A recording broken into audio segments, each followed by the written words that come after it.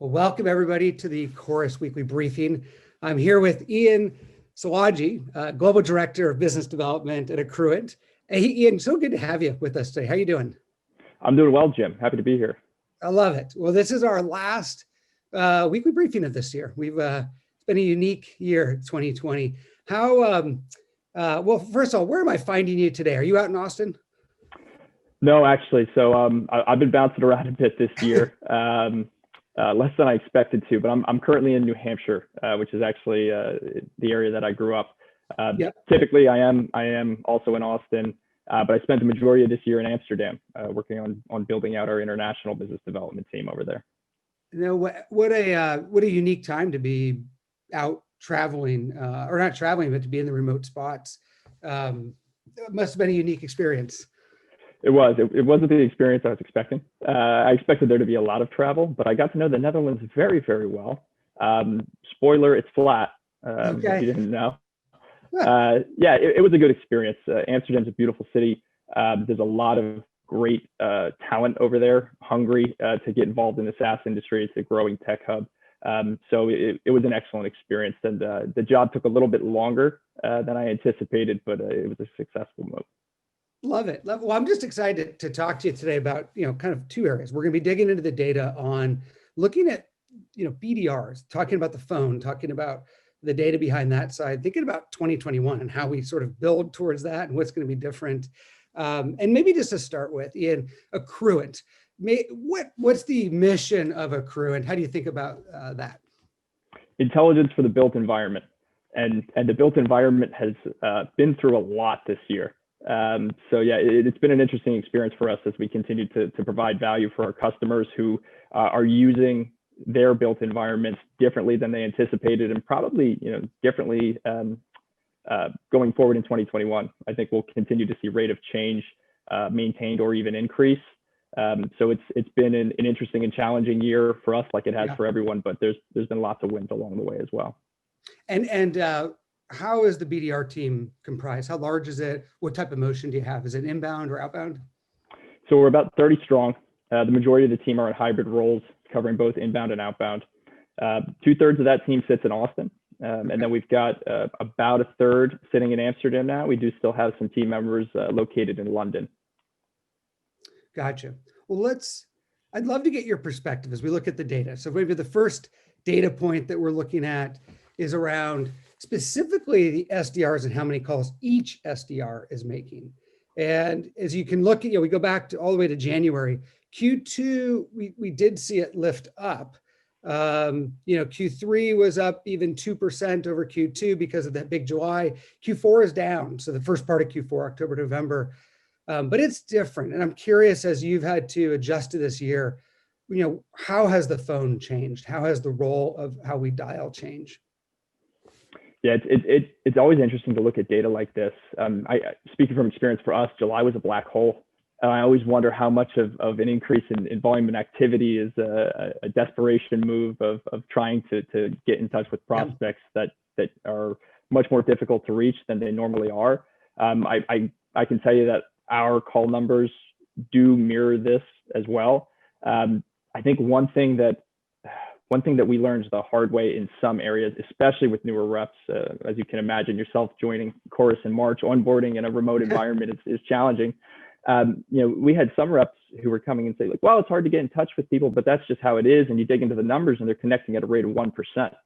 When you're connecting at a rate of 1%, the solution is not to pick up the phone more often. It's to find some other way to be building pipeline, focusing on other channels, be it LinkedIn, email, what have you. So that was a lesson I think we learned the hard way, and the lazy management of call more became even more damaging to teams. Was it difficult? I'm curious, as you saw the change in behavior of people answering these calls, people working from home. Now we're late in this. We're getting ready to. We're all excited for 2021. But how has the response to cold calls and kind of outbound calls changed over the last few months? Over the last few months, I would say it hasn't changed all that much. I think the rate of change was really noticeable in the March and April timeframe. I'm sure you saw that on your side as well with like subject lines in for open rates of, oh, do we talk about COVID? Do we not talk about COVID? the periods in which you needed to be measuring data to be effective and be ahead of the curve became very, very small. Previously, I would say anything less than a month is not a measurable data point, but it had gotten to the point where we were actually seeing things change, in 7 to 10 days. And it wasn't like we could get together as a team monthly and say, let's share insights of this is what's working, this is what's not. It's, hey, steep drop off, get COVID out of that subject line, get it out of the first line of your email. If you don't have a solution to the virus, stop talking about it. And it was interesting to see that change really, really quickly.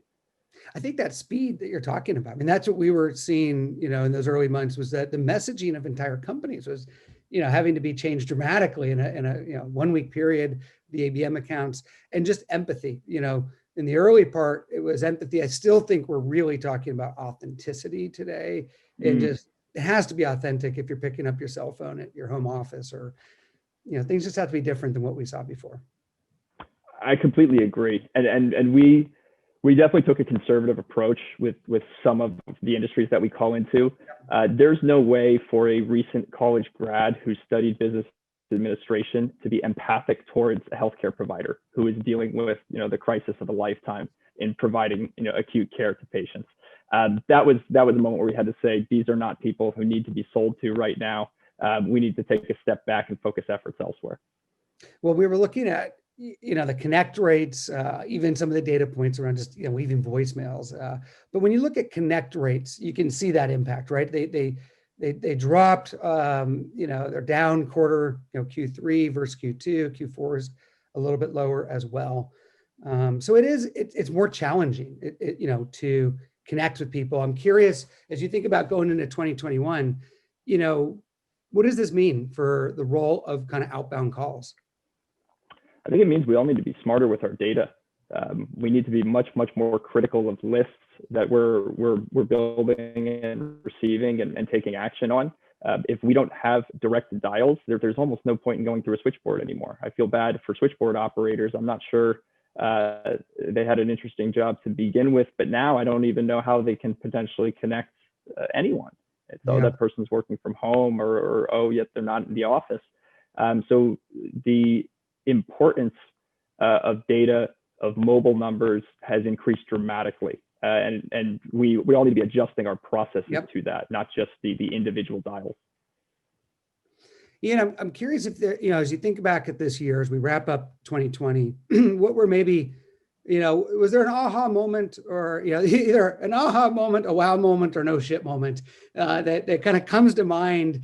And maybe a little bit of mix of these. But when you think about just outbound and you think about the BDR motion this year, I'm sure you had one of those. Anything come to mind? Yeah, I mean, I'll give you a no shit moment. It's, how do you create urgency, right? How do you create urgency when so many companies are looking at their finances and just putting their hands up and trying to make really, really tough decisions about how to stay in business? How do you make sure that you are pitching value very, very quickly that caters to needs they're experiencing right now? And that has been challenging. And I think it's caused us to be much, much more focused on our talk tracks and identify the areas where we actually can add value now and abandon the ones that we can't. Because ultimately we need to be supplying our customers with solutions that they need, not that we want to sell. Love it. I mean, I think the urgency thing is what everybody felt, especially in the early part of that. Now it's, it's different. It's about making sure that we're rising to the top of the list.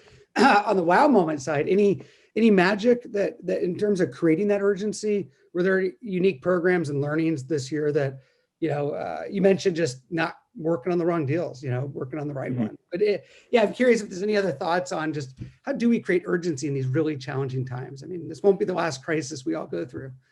The starting point for us was creating understanding of the urgency internally. So we had a lot of team members, who were, down on themselves, down on their performance, of saying, okay, this is really, really hard for me to be a salesperson right now. It's really hard for me to make these dials. And this wasn't an easy job to begin with. So we got together, and this happened relatively quickly. This might have been late March or early April that we got together and identified some clear reasons why it makes sense for us to be selling, right? And I think the challenging part was then counterbalancing that with making sure that we're only selling to the need. Yeah. It's funny when you think about the why part of that. one of the big areas. We talk about relationships and building these relationships, but there's a lot of problems to be solved out there. And in a crisis, there's a lot of people that have to solve problems, and that's what sales is about, right? It's reaching out and helping people and using our solutions. One of the areas that we saw as a huge way to kind of identify and find people was a real push on webinars, especially early in kind of the shift to work from home. We couldn't do in-person events, but you've seen it taper off. I mean, across the data, there's 35 million calls. We're not leveraging that play as much, still above where we were. I'm curious on your side, how did you get the attention of the market? Any new approaches that you've had to use and that you might be carrying into 2021? So I think we ran into the same wall that everybody did.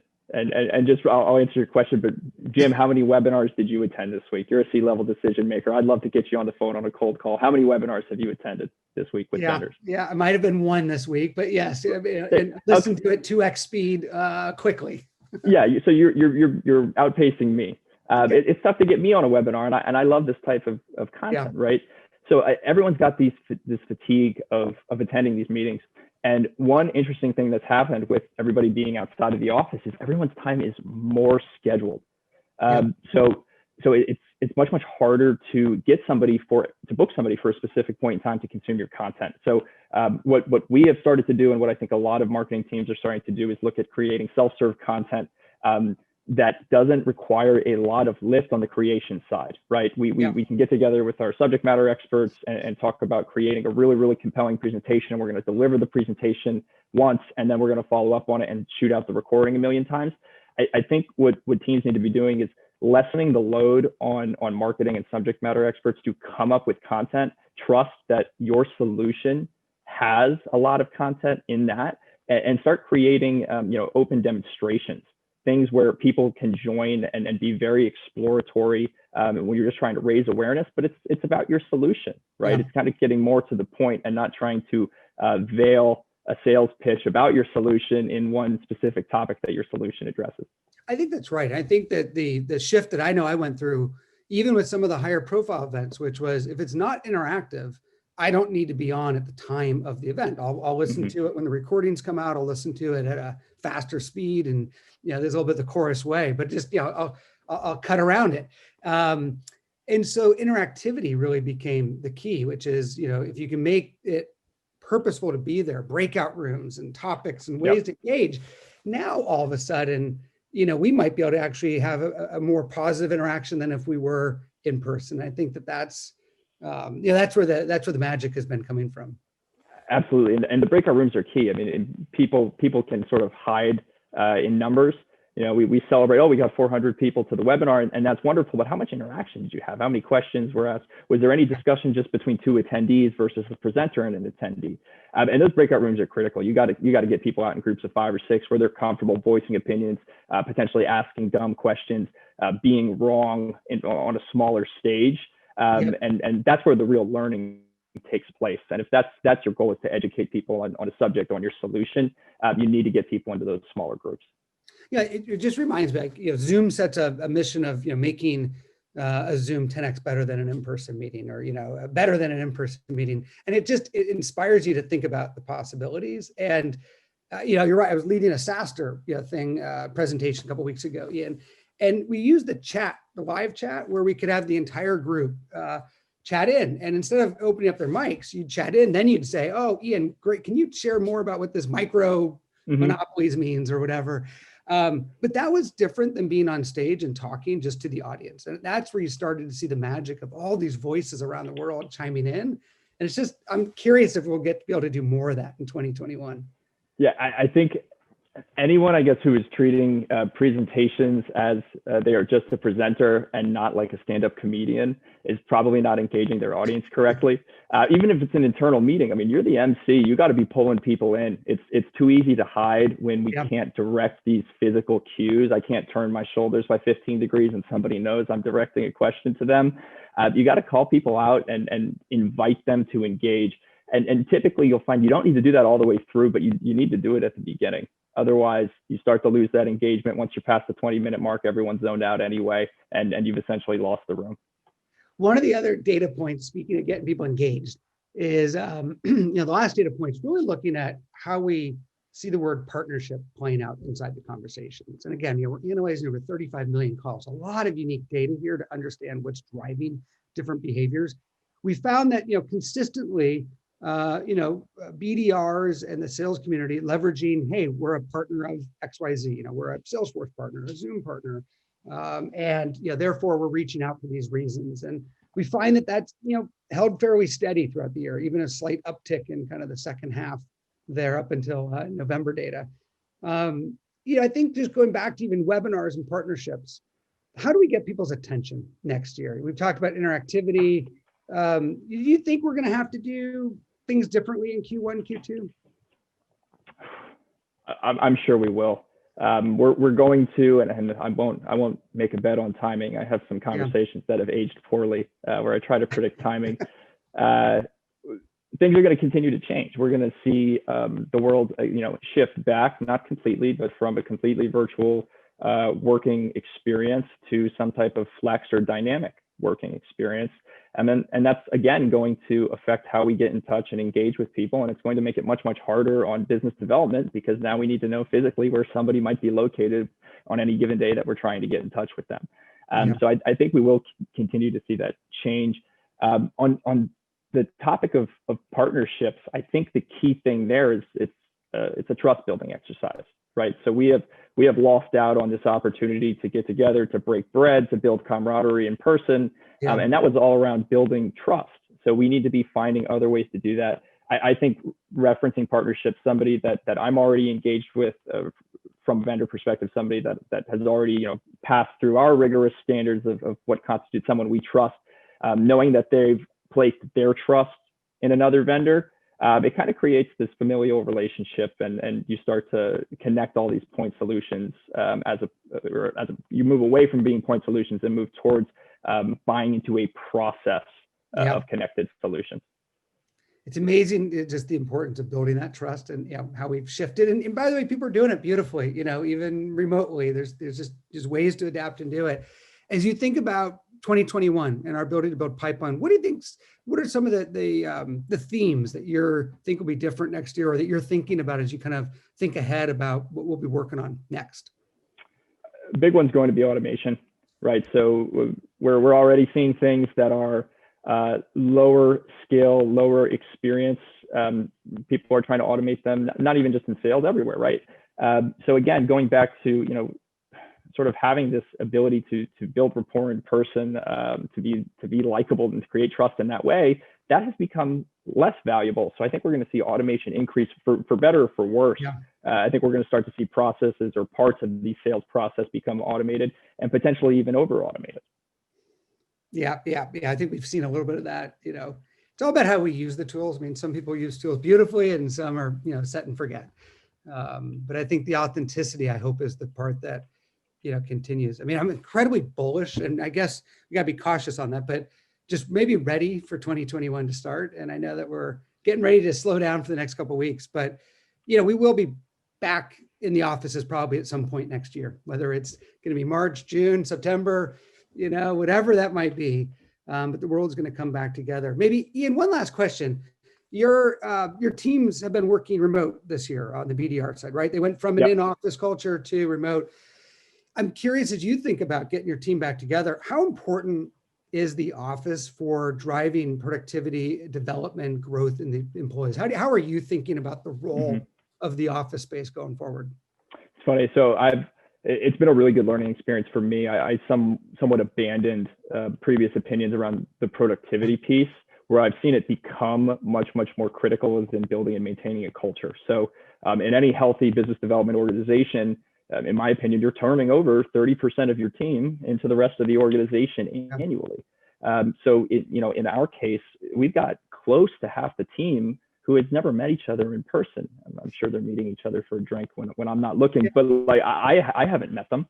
Their manager hasn't met them. And how do you maintain continuity of culture when you have the pieces constantly turning over? So I think that has become much, much more challenging. I don't think virtual happy hours are the answer. We've abandoned those, but we're trying to strike that balance. And I think having some type of dynamic or flex working schedule where people are spending some days in the office and it's not just to be there, there's something that you're doing, is critically important. What we've seen as we all go to virtual is the only time that we interact as coworkers is in meetings. That means we're never actually observing one another, doing our jobs, right? Doing the actual work. For myself and our managers as leaders, as coaches, that means that we're missing out on a lot of the observation of what our reps are doing. And also on the flip side, it's a lot less gratifying, right? We don't get to see people win anymore. We can read it in the Teams chat, but there's a big difference being able to stand up and high five somebody, or on the flip side, stand up and say, "Wait, what the hell? Why did you say that?" And have a group coaching moment where everybody can kind of learn from one person's mistake, as opposed to having that be isolated in their home working box. I agree. I mean, I'm hoping that 2021 is about putting the fun back into work, and we make it fun today in the ways that we have to, but truly that human connection coming back. And I think it's to your point about the office, I feel like it's going to be the hub to meet for lunch. Hey, lunch is going to be arriving at noon, and why don't we all make sure that we're there by noon to huddle and have these informal dialogues in between the structured rhythm, of the business. Ian, really appreciate you joining us. Thanks for being part of the end of the 2020 kind of weekly syncs here, and just wishing you a really happy holiday and your team as well. And appreciate it. Yeah, thank you so much for having me. Love talking about these things. It's a blast. As always, I'm rooting for Chorus. So I hope you guys have a great end of 2020 and a much better start to 2021. Likewise. Appreciate it.